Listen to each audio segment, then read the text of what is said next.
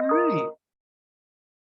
So welcome everyone to our third webinar in our three-part webinar series sponsored by the Rutgers Institute for Corporate Social Innovation and Rutgers Business School's Executive Education.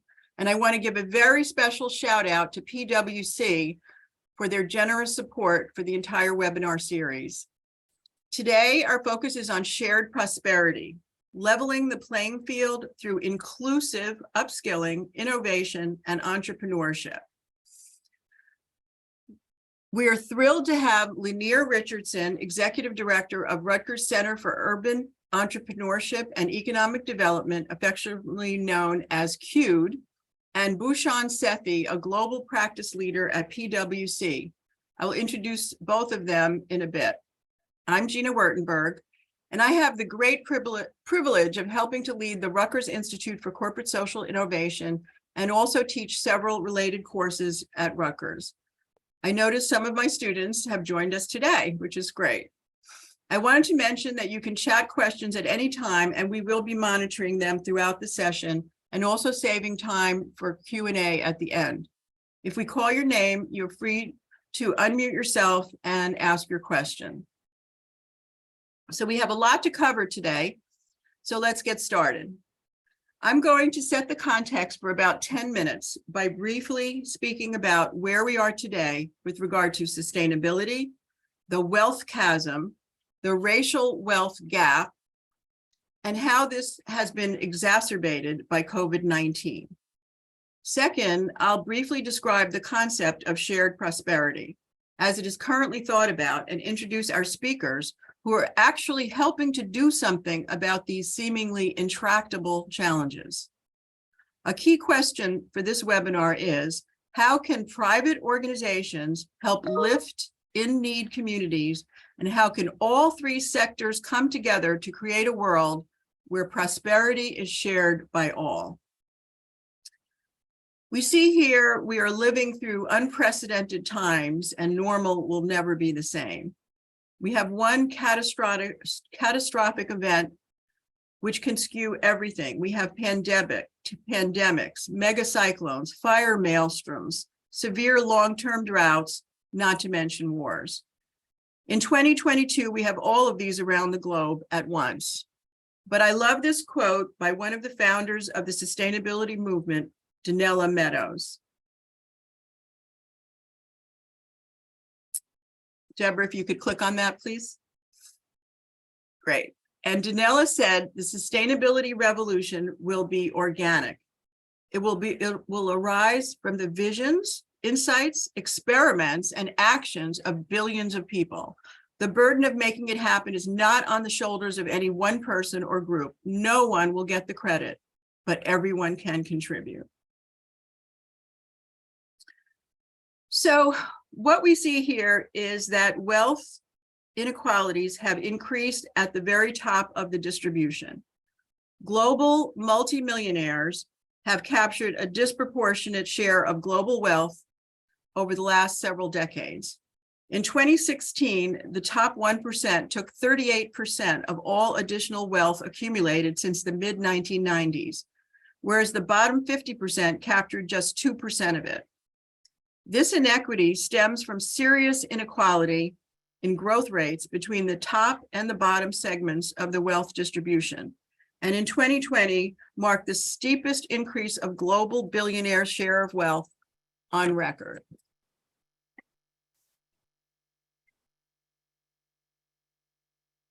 So this chart shows how US wealth was concentrated in 2019. Here you see with the top 10% of US families owning 76% of all wealth. The middle 40% owning 22% of the wealth, and the bottom 50% with 64 million families owning just 1% of the wealth, with 13 million families in this group actually having negative self-worth, i.e. they're living in debt.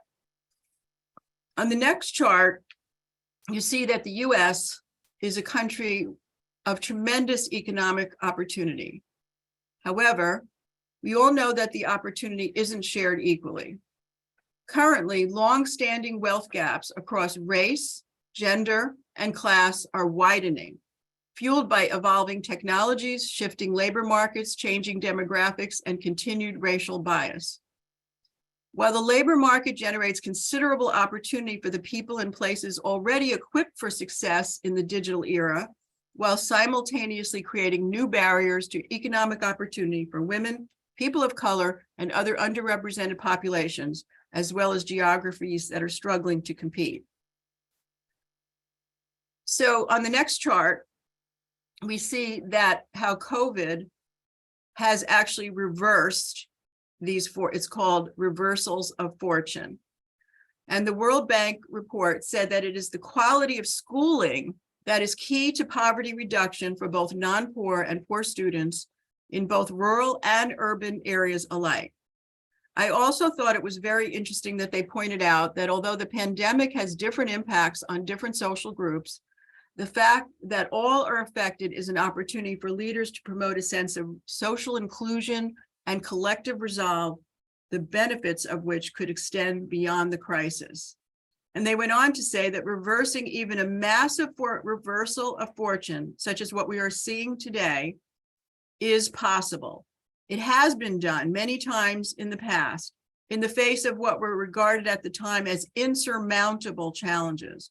For example, eradicating smallpox, ending World War II, closing the ozone hole, and it will be done again in the future. So this global crisis is a defining historical moment, and the world needs to commit to cooperation and coordination both within and between countries, and we must commit to working together and to working better for the long term. So in this context, I want to introduce the notion of, or the concept of shared prosperity. So shared prosperity has recently gained prominence as a development objective, a social goal that should be pursued by all nations and all businesses in the world. It's been adopted as one of two central objectives that are meant to guide everything the World Bank does, and a very closely associated objective is listed as Goal 10.1 of the UN Sustainable Development Goals. So how does this fit into sustainability? I love these core sustainability concepts, which put it simply as enough for all forever. Capturing the three key foundations of a sustainable world based on systems thinking, socioeconomic justice, and intergenerational responsibility. Deborah, if you could click on that. Great. Enough for all forever, this phrase was attributed to an unnamed African elder who used the phrase when asked to define sustainable development at a UN conference. Within this context, what is inclusive innovation? I recently attended and was thrilled to be part of my colleague, Professor and Provost Jeff Robinson's Prudential Chair inaugural event, where he defined inclusive innovation in this way, and I love this definition. Inclusive innovation is the idea that the visionaries, inventors, entrepreneurs, and gatekeepers of innovation should be as diverse as our nation. So there are three reasons for this that Jeff talked about. The social justice imperative, we must do this. It's also critical for our national competitiveness, and also because diverse teams lead to better innovations. I also loved Desmond Tutu, everything he said, but specifically on Ubuntu and interconnection. Ubuntu, which some of you may have heard of the term, translates as I am because we are, or the belief in a universal bond of sharing that connects all humanity. And today, people associate Ubuntu with this interconnection. My humanity is closely bound up with yours, as Archbishop Desmond Tutu stated. It serves as a reminder that no one is an island and that everything you do, good or bad, has an influence on your family, friends, and society. It also urges us to reconsider our actions and the impact they may have on others. So at this point, it's my great pleasure to introduce our two speakers. Bhushan Sethi is a global practice leader, pragmatic strategist, and practitioner with a demonstrable track record of working with financial institutions, leading global organizations, designing and implementing integrated business and workforce strategies to enable sustainable business, customer, financial, and regulatory outcomes. He's also an adjunct professor for NYU Stern School of Business, where he teaches the consulting practice course to MBA students. Lanier Richardson is the executive director of the Center for Urban Entrepreneurship and Economic Development, CUED, at Rutgers University in Newark, where he leads capacity building programs that have assisted 600 plus New Jersey entrepreneurs and founded the Black and Latino Investment Fund. He's also assistant professor of professional practice in the Department of Management and Global Business, my department, at Rutgers Business School, and he was recently named a non-resident senior fellow with the Brookings Institution. So please join me in welcoming Bhushan and Lanier. Yay. Good afternoon. Good afternoon. Great. Delighted to be here. Excellent. So we're going to turn off the PowerPoints and now we're going to have a conversation for the rest of our time. So my first question is for Lanier. Tell us a little bit about yourself, your career, and how you got into this area. And why is shared prosperity so important to you personally and professionally? Great. So, I discovered my career interest really at age 27, and I can articulate it now in a way that I couldn't articulate it, that day I had the feeling. Seeing value in people and places that other people overlook or undervalue, that's what's inspired me for the last 25 plus years as a professional. I work to empower entrepreneurs to strengthen economic conditions in urban and underserved areas, really across the United States. I have multiple hats. I invest in commercial real estate. I enjoy educating young minds and I MBA students at Rutgers. I consult to corporations and big foundations and some government agencies. All of my work is around structuring deals to get capital to people and places that are overlooked or undervalued. That's what I'm passionate about. And I often use that passion to do what we are calling today shared prosperity. To me, I refer to it in a lot of my work as inclusive economic growth or inclusive economic development work, which is really creating long-term value for people in America, increasing the productivity of people, helping more people participate in our global economy.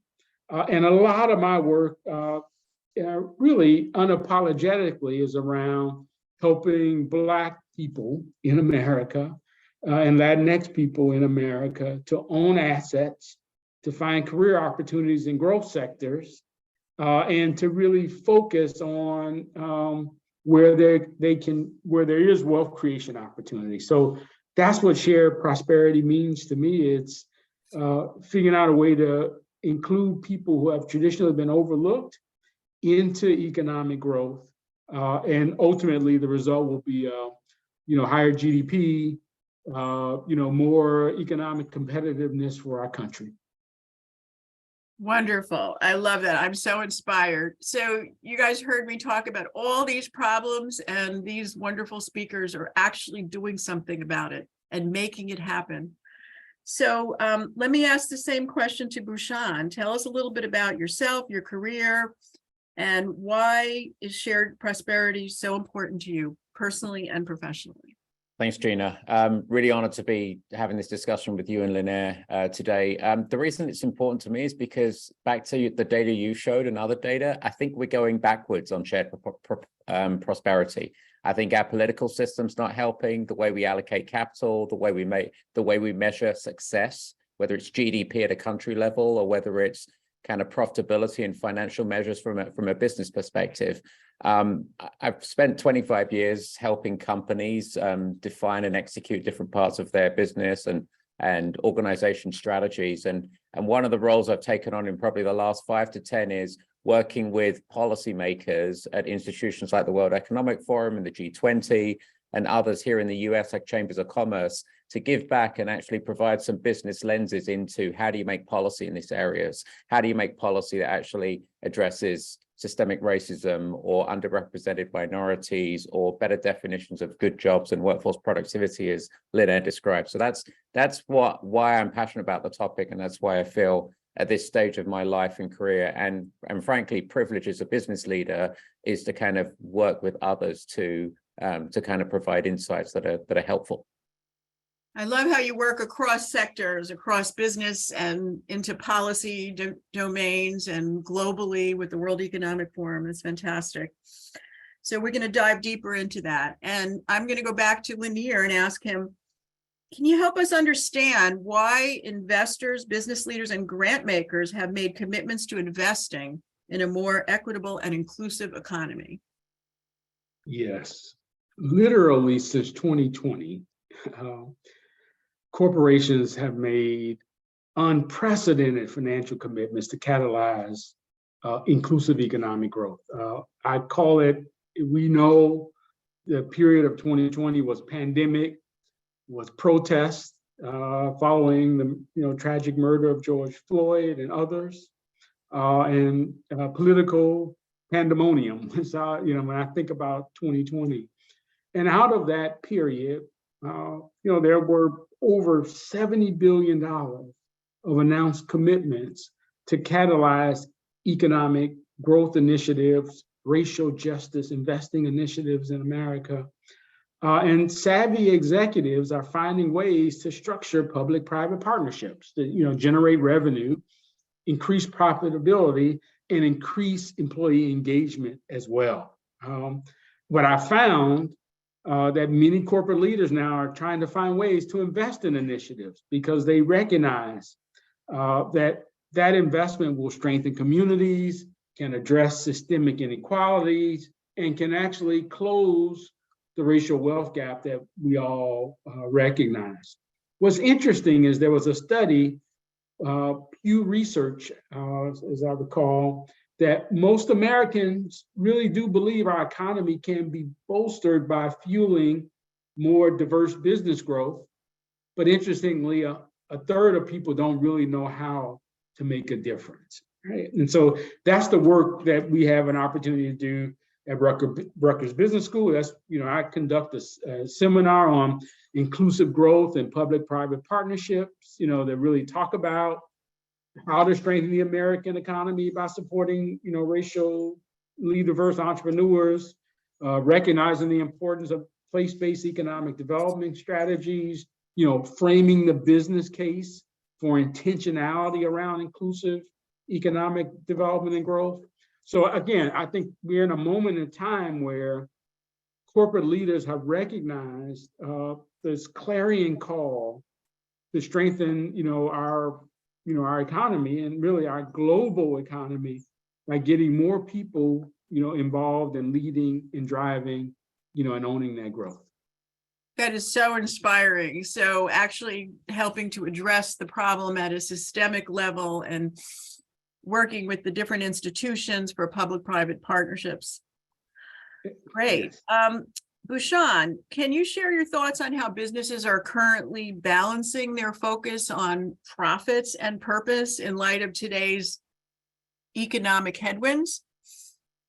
So the term stakeholder capitalism has probably been with us for at least 5 years. I remember about 3 years ago, the Business Roundtable said that we're going to focus on stakeholders, not shareholders. We're in an economic downturn, however you want to define it, a technical recession, if you will, in the US. But when you look around, we still make decisions based on the financial aspects of that scorecard, whether it's what we're seeing in sectors around layoffs, whether you look at kind of how we make decisions around capital, how we achieve value, how we're so focused on, daily movements in stock prices. And not all the other aspects of thinking about a business and what it does for its customers and its people. And the way you treat people in tough times is really visible. It's visible to everyone. It's visible to the new generation of workers. So I think the business probably gets a B- around how it's done it. There's a great intent, and there's obviously some great organizations that live this better than others. But by and large, and I think it does come back to the way that we think about the economic system and what we value in this country and others, but primarily kind of here when we have a fixation on markets and capital and economic returns. And the more we can get balance around some of those other aspects around inclusion and well-being and all the lessons that we've learned during the pandemic, that's my hope for the future.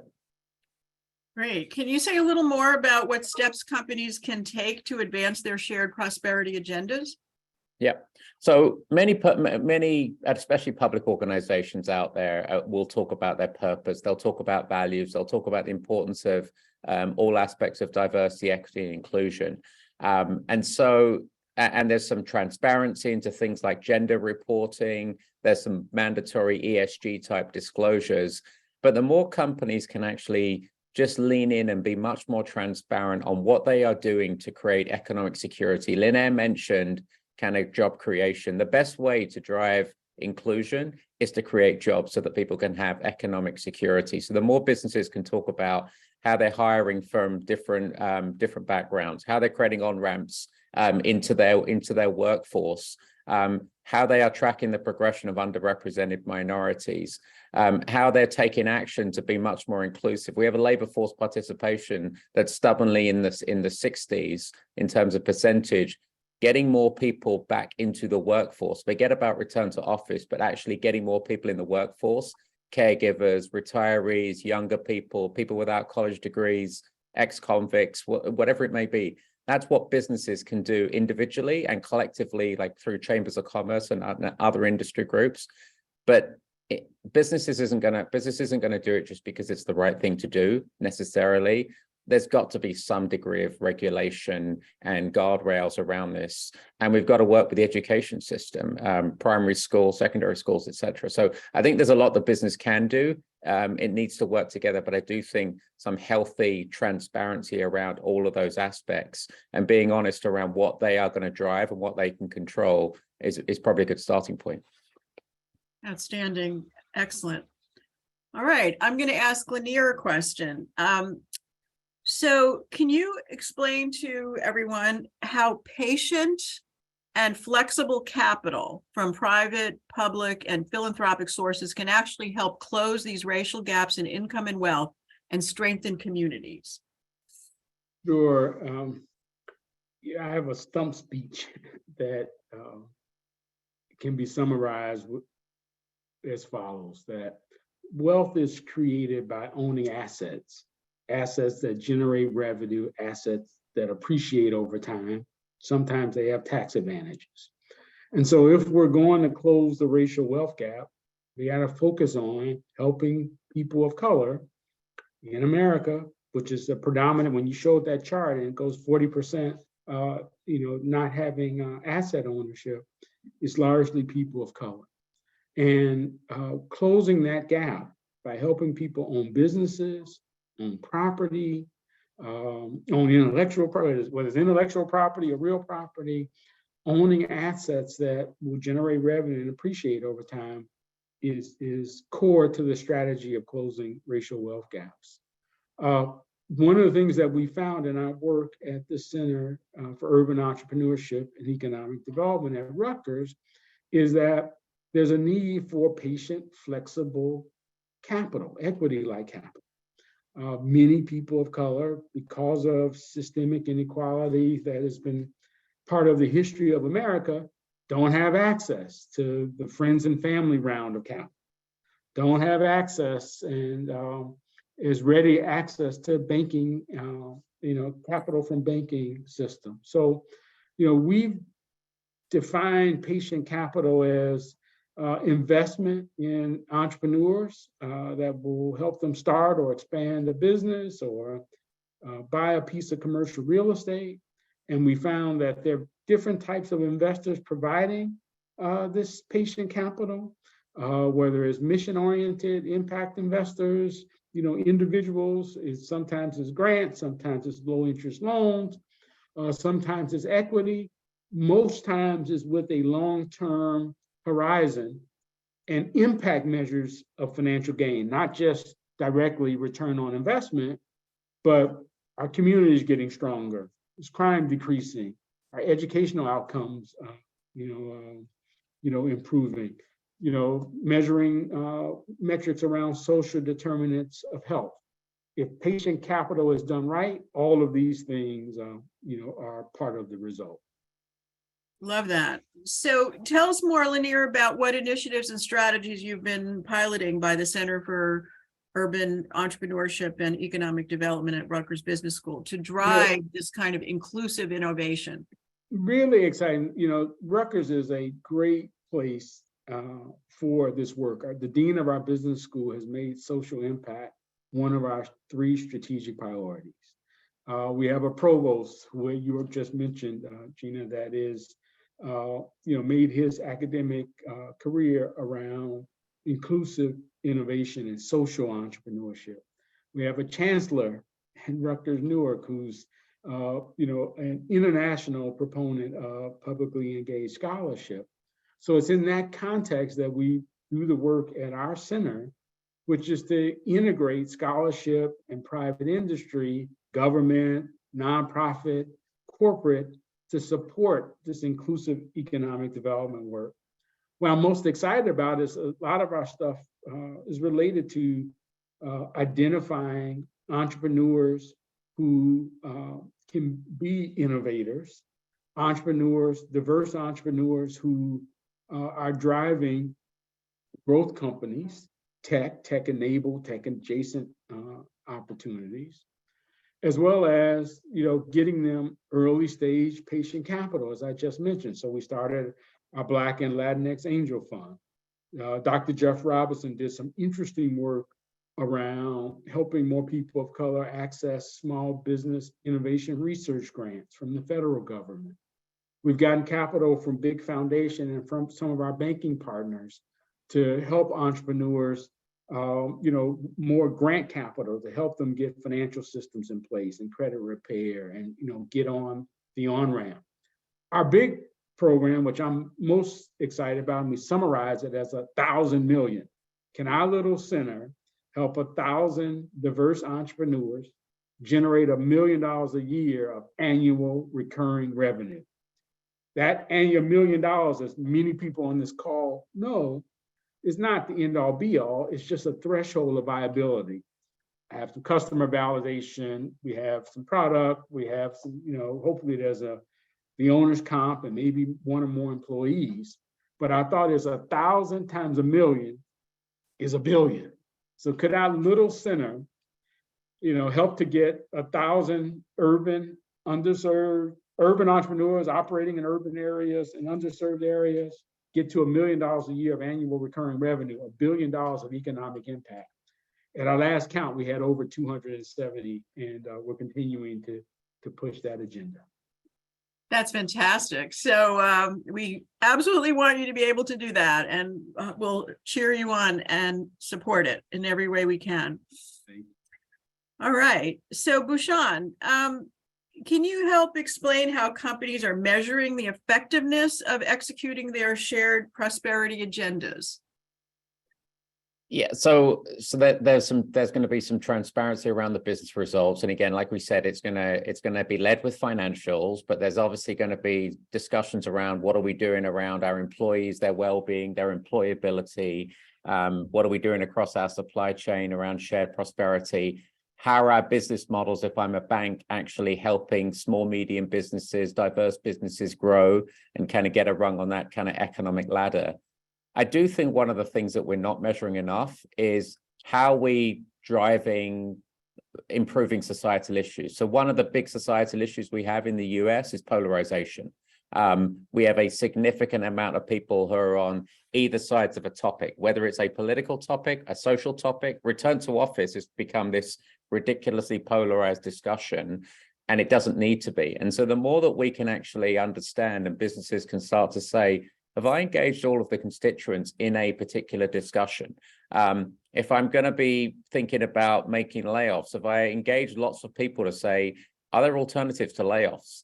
Can we take less profit for this year? Can we provide less kind of stock income or deferred equity income to executives? And how do we do that? And so what I really worry about is, and Linnea was kind of talking about the investment story and the investment thesis, we need to bring more people into this discussion. A lot of people probably listening in here already buy into this concept. What I want to do is engage people who don't care about shared prosperity. And I hear it so much in my private discussions with friends and colleagues and clients, in that we live in efficient markets. The market will take care of these topics. Capitalism is the best invention in the world. And whilst all of that is absolutely right, we have seen rising inequality. So I'm not saying that we should kind of walk away from that, but something needs to change in how we measure and value and create opportunities. And again, in the role that we can control as business people.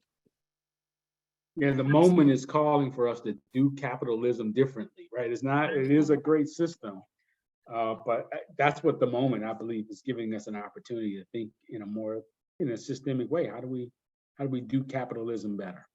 But we need to tell that story, Linnea, in a way that doesn't make people fearful that we're coming for their tax revenue, or Yes, that we're just looking to provide charity and handouts to people who don't want to work. Like, we really need to make sure that that story is connected in Kansas, in New Delhi, wherever it may be, in Manhattan. It's so important that we get out there. And there needs to be a real campaign around this. Otherwise, it's going to go the way of many other kind of social topics we've seen over the years. Sorry, Gina. Back to you. Oh, no, not at all. There was just a chat that Michelle Scott asked, what is your perception of the value of relationship capital in inclusive economic development and shared prosperity? How do we address the individualist culture, which has been a challenge? Yeah, I think, Prashant and both were alluding to that. This is how do we use our relationships to get to a place where we can have civil discourse and set common objectives that will lessen the racial wealth gap, will address the income inequality issues that are causing challenges in our systems. And the way that it can only be done is sometimes it's a human connection, right? That we both have to leverage, as Michelle is referencing, relationship capital, to be able to say, I believe your interest is genuine. I believe we both want to see a better America, a better world, and that we can do that in a way where, inclusive economic growth doesn't mean, or shared prosperity doesn't mean, you lose and I win, or it doesn't mean, charity in a way that's, encouraging non-productivity. It doesn't mean that you can't still have profitable operations. Absolutely. So there's the triple bottom line, or the win-win, and we all can win, and we all raise all boats at the same time. I'm going to ask Linda Morris-Kelly from Transitioning to Green. She had a question, and your hand is raised. Unmute yourself, please. Yes, Go ahead, thank Linda. you. I think this fits in with the conversation we're having. Earlier this morning, I was on a webinar that the Brookings Institute had with Dr. Susan Collins, who is the new president of the Boston Fed. And they were talking about monetary policy. And I raised the question there about, after listening for a half an hour, how they are including some of the issues that we're talking about, and also climate change, into the development of monetary policy. And it seems that they're not. And I had this conversation with the previous Boston Fed director. While the Feds are doing a pretty good job of engaging with community through the Working Communities program that has been in New England for now 8 years and is now being adopted by the Atlanta Fed. Climate change and putting the voices at the table of the communities that are undervalued and the scientists and nonprofits and businesses who are working to reduce their impact on climate change and to reverse it. That doesn't seem to be in a consideration at all. So my question is, how can we, as practitioners in these areas, get our voices heard at the highest level of policy making in the United States and in other countries? Great question. Who wants to respond? Bhushan?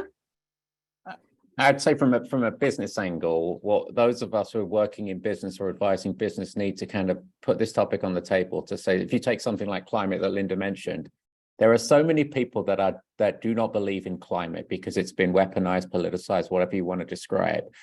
The more we can actually upskill people to actually understand, do actually, the difference between kind of different types of emissions? Do you understand the pivot to alternative energies? Do we understand the commitments your government has made? And the more that we can actually understand kind of how it impacts a business model, whether you're in energy, whether you're in financial services and making loans to kind of different businesses, whether you're understanding the supply chain, if you're in manufacturing, to understand kind of where that work is done and what human conditions are provided to workers that you're kind of paying for goods for, the more we can provide that education in a non-threatening way, in a not you're right and I'm wrong, or I'm trying to kind of convince you of something which is so sacrosanct to some individual, like it's a religious belief. I think that's super, super important. And then, as I said before, engage the detractors, the people who don't agree with this, engage in civil discourse in organizations. One of our surveys we did globally, 52,000 people in 44 countries, we asked about social issues. 2/3 of people are having discussions on social issues that are personal to them in the workplace. Younger people and ethnic minorities are seeing a huge benefit from that. So whether we like it or not, people are talking about these issues. Businesses have to kind of create awareness and upskilling around this and relevance to the business, but also they have to be great forums where people can actually, in a safe space, have some of these discussions. Wonderful. Absolutely agree. Lanier, did you want to add anything? Yeah, and I just add, I have two things. One, sort of the employee resource groups. I've seen that, picking up on Bhushan's, comment. You're seeing employees engage in these discussions and trying to figure out ways. There are also a number of great organizations. I have had the pleasure of working with an organization called the New Growth Innovation Network, Engine.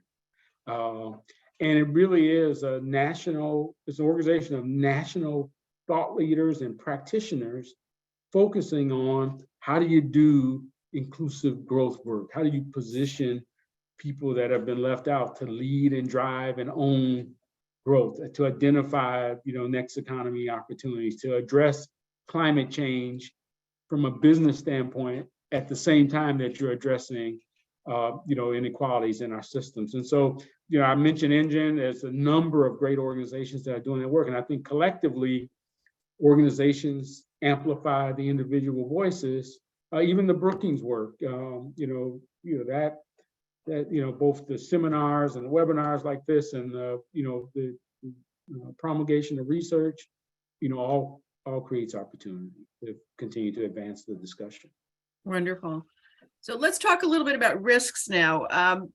Bhushan, what do you see as some potential business and workforce risks, and how can business develop more of a sustainable mitigation plan?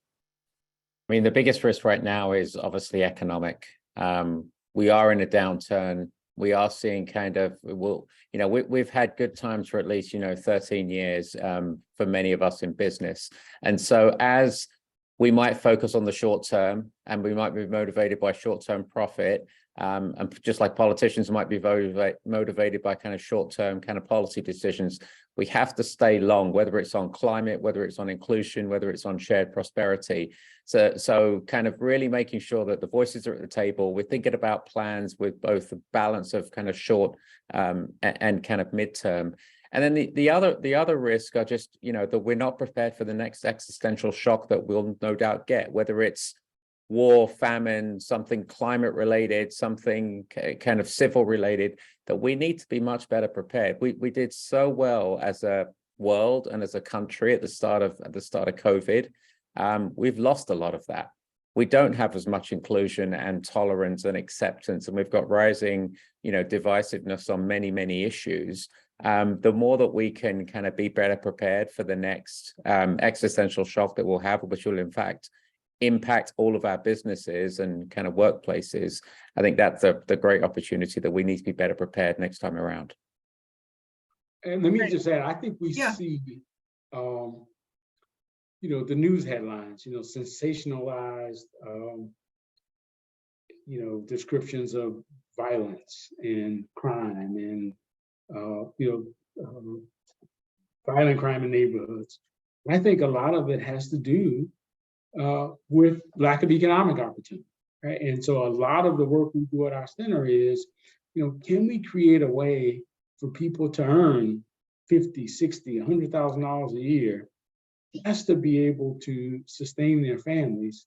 And there was some research that said if someone, I'm gonna mess up the number now, that if people could earn even a man could earn $48,000 a year, some number like that, the chances of, recidivate, I think it was a study about formerly incarcerated individuals, that if they could figure out a way to earn $48,000 a year, the chances of them recidivating decreased by 70% or something. I'm messing up the exact numbers, but so part of the risk is we want to live in places that are safe. We want to be able to enjoy the benefits of sharing the commons of an urban vibrancy, diversity of people and institutions and income level. But the risk is if we don't figure out how to include more people in the prosperity of our country and not as an afterthought, the whole let 'em eat cake kind of philosophy will always be something that we'd have to be concerned about. And there are some great examples of companies that are hiring formerly incarcerated people and are having tremendous success, and a whole movement around that. Grayston Bakery is a great example of that.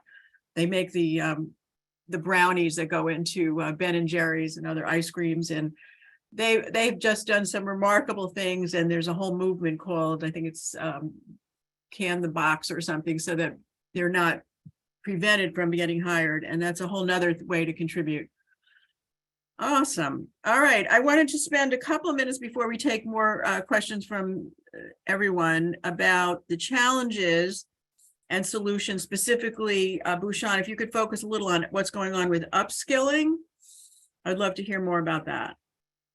Yeah. So when you work with businesses around their change agenda, you realize that whether it's the advance of technology, and as more firms are looking to move to the cloud and automate bits of work, whether it's the how do I prepare for ESG in my business model and think about driving alternative energy sources, or even if I'm a tech firm, how do I think about externalities that I might suffer from my business, whether it's disinformation or something like the data center and the heat requirements that it puts pressure on the environment. The more that we can kind of create awareness and upskilling and manage the fear around technology change, ESG type changes, and other skills that people need to develop whilst they're in business, and not to dismiss the really important technical and trade skills that lots of people will need to have for jobs of the future, and the human skills around leadership.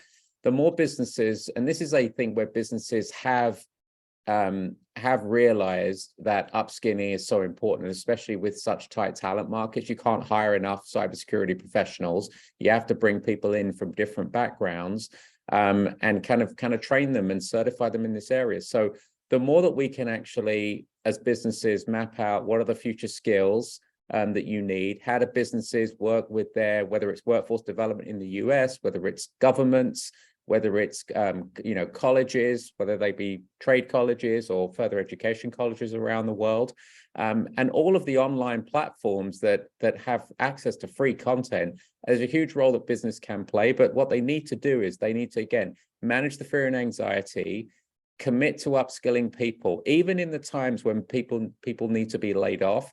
Upskilling them as part of those benefits and improving their future employability is a huge lever that businesses can pull much easier than kind of getting individuals to, invest in themselves. So there's a big role, but we got to manage the fear and anxiety. They've got to be relevant to the future. And some of these, what we've mentioned, are no regret skills. People need more digital skills, more knowledge of environmental topics, better knowledge of leadership, better knowledge of kind of innovation and some of the analytics pieces.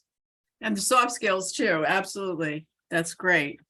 So I see a lot of examples of that. And Lanier, what about what's going on in communities where the economic disparities are stark? How can these be led and scaled to workable solutions? Yeah, again, there's a number of pilot programs that are proving to be successful. I think all of our jobs now are to find the ones that have promise and help them get more capital, right? There's so many little small initiatives. I think we should, pick 10 and get them, $100 million and say, do more of what you do. There's a great organization that's called 110. I sit on a board with the leader of 110 that is guiding exactly that. It's focused on upskilling, people that have traditionally been left out. It galvanized the corporate community, really across sector corporate investment in inclusive upskilling. And I think we're going to see the result of it. So it's just one example of one organization being able to go from pilot stage, to scale to national impact because it's received the investment that is necessary. Wow, that's fantastic. So there's so many great innovations out there that just need to be scaled, and some solutions that are working. So it's not a totally intractable, it's about getting the capital. And we saw how much wealth there is at the top, and moving some of that wealth into where it can actually fuel and scale solutions that will work for everyone and enhance our economic as well as social and socioeconomic welfare. So we're almost leading to where I'm going to ask for some more questions from the audience, but I wanted to give each of you an opportunity to share any final thoughts. Keep in mind, we have a very wide diversity of people listening in. We have employees and company representatives from every industry, sector, locations. We have students, academics doing research in this area. What is your call to action? So I'll start. So one of the areas that we need to do a better job is build this into management curriculum at the business level. And so what I mean by that is shared prosperity, being a good global citizen, having more kind of civil discourse is a skill and a behavior. And some people learn that from childhood around the dinner table, and they encourage discussions, and it's kind of how they're raised, and they kind of feel that it's their responsibility, and especially when they have a privilege to kind of give back in many different ways, whether it's capital, whether it's their time, whether it's creating opportunities. But a bunch of people we haven't grown up in management models, from the 80s, and there hasn't been a lot of business literature around this topic. It's obviously changing now, but our leaders of today, and that could be a 20-something leader, or it could be a 60-something leader, we aren't really equipped to do this. So we've got to, again, unashamedly, to steal Linnaire's word, we need to kind of put this back into management curriculations. Inclusive leadership is what we're all talking about. We need to start living that with better kind of defined examples. Love it. Thank you. And Lanier?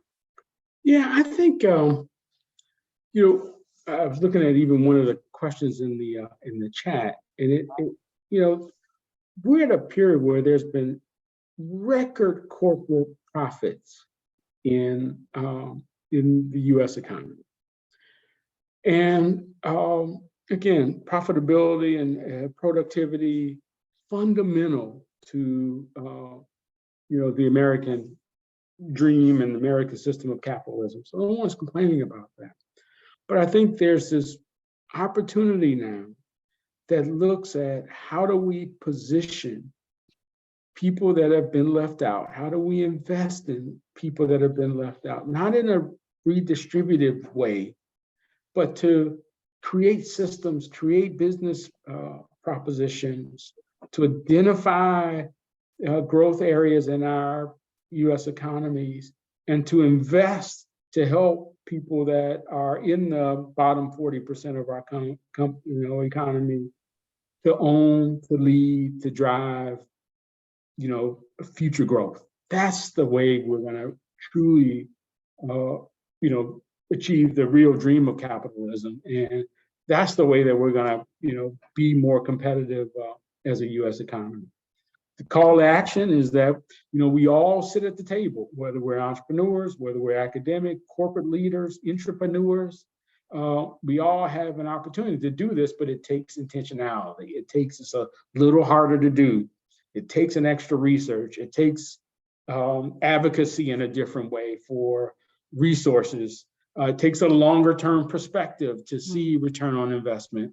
It takes looking at return on investment with a broader spectrum.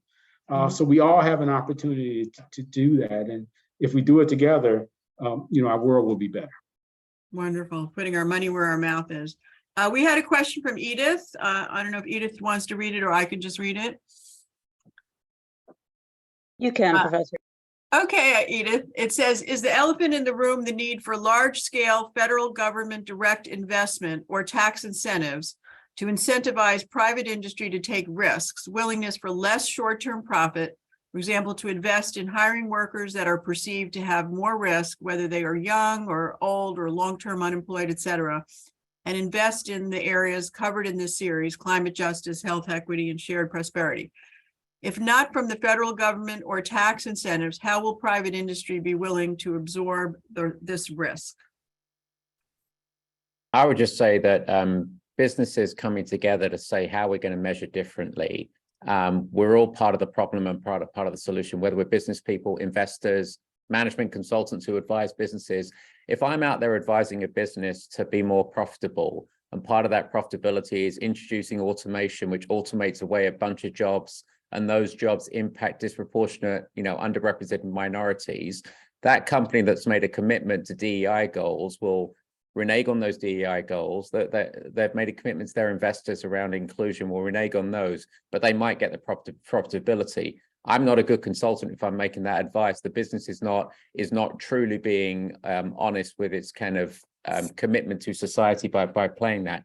So that's that simple example we need to be playing out in every major decision that businesses are making, to say we might get the short-term goal, but are we doing irreparable long-term damage to our business and our society? So I think that businesses are loath to kind of look at kind of governments to mandate things. So the more that business communities can get ahead and say, let's start to, like the stakeholder capitalism goals that were set at the WEF were really good intent. We just need more disclosures and more, to the point made earlier, we need to be living that in different economic cycles.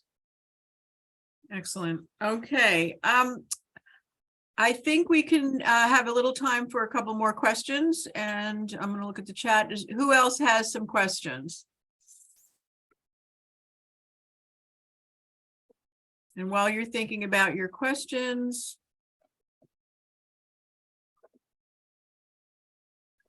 Peter says, I agree with both speakers. Those issues and challenges are also present in the EU.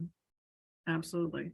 There's no shortage of profitability. I think it's defining success, defining prosperity in a different way, measuring return. I think that's how we all have to think about it, right? We want to live in a world that has amenities and safety and human connections. Concentrated wealth has shown historically to be problematic. Absolutely. Katie Boone, you have a question?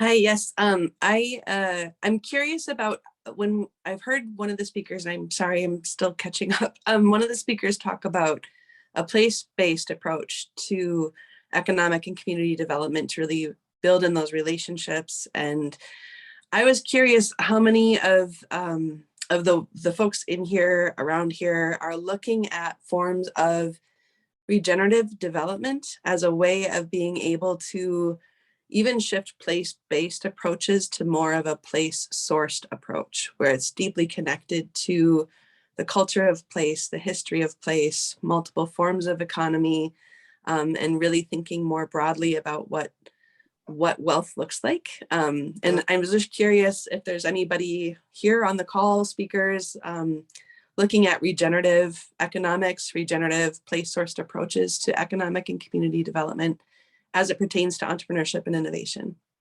Yeah, Great. thanks for that question. I'll mention, really quickly. The former U.S. Commerce Secretary Penny Pritzker formed a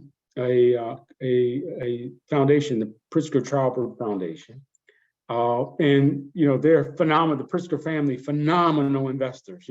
From large corporate leaders in hospitality and financial services. But with their foundation, they created something called the Chicago Prize. It is a $10 million grant that allows a local community-driven organization to implement a project that creates, economic opportunity, redevelops real estate and engages local residents. So it was a direct financial incentive. I do with the team, the internal evaluations and screenings of the projects. And so to see, the first prize was went to an organization that not only created new health outcomes and redeveloped a building that had been vacant for 20 plus years, but they created something called the digester, which is an anaerobic digester in an ethnic, urban, underserved area. Again, next economy entrepreneurship, leveraging, the investment made by the Pritzkers. I've seen similar work in Detroit, right? Just downtown Detroit, where, the founder of Quicken Loan, Dan Gilbert, and others reinvested in downtown Detroit. The city then doing other initiatives to encourage small business. So there's great examples of public-private, place-based partnerships taking place in the U.S. and I'm sure around the world. Those are just two examples that are top of mind for me. Very inspiring. Thank you. We have time for one more question. How does gender equity play a role in transparency and inclusivity? Specifically, I missed the rest of it. Specifically, investments in women-led businesses and philanthropic support for organizations that support women and girls. And again, this last couple years, I've seen, a real intentionality around creating more women of color leading big philanthropy, so in leadership roles, and both as the executive director, CEO on corporate boards, as well as allocation of resources to women entrepreneurs, to social enterprises, to nonprofit organizations. I think if the gender equity issue has been raised, and I think I'm seeing a number of instances where corporate community and the big philanthropically motivated impact investors are also getting capital to the issues and people and organizations that are addressing creating opportunities for women and girls. And we need to move really quickly on this, because it's not just about labor force participation or pay, it's about just experience at work. In our research, it's basically telling us that by 7 to 8 percentage points, women are feeling that they're getting less opportunities, that they're less listened to, that they're less likely to recommend their employer. So it's not just on pay and kind of access to jobs, but it's also on kind of experience at jobs, which is really a startling stat that we all need to kind of move the needle on. Great. And I'm going to do a shout out for Lisa Kaplowitz Center for Women in Business at Rutgers Business School. She's doing a phenomenal job and actually just published an article in Harvard, a Harvard Business Review article with all on this issue of women of color, et cetera. So we're just about out of time, and I regret it because we could go on for days. And I wanted to make sure that we honor everybody's time. And I want to let you know that we will be posting the recording, the PowerPoints, as well as helpful resources, which we put together on the website that Deborah will share in the chat. And in here, we have reports with links to the World Bank, Harvard Business School, Brookings Institute, where Linear now has an affiliation. We have 3 books that I personally have recommended. One is called Plenitude by Juliet Shore, another book by Michael Schumann called The Local Economy Solution, and the 3rd book called The Great Divide by the Nobel laureate Joseph Stiglitz.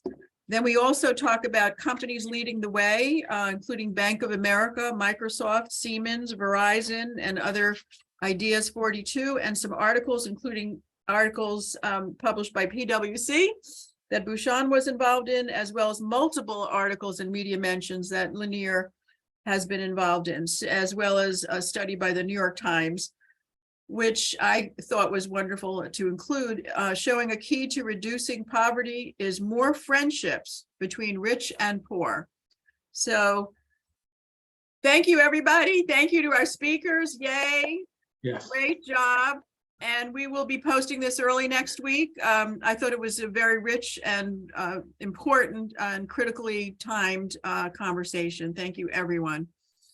And we will be in touch. Take care. Thank you all. Good day.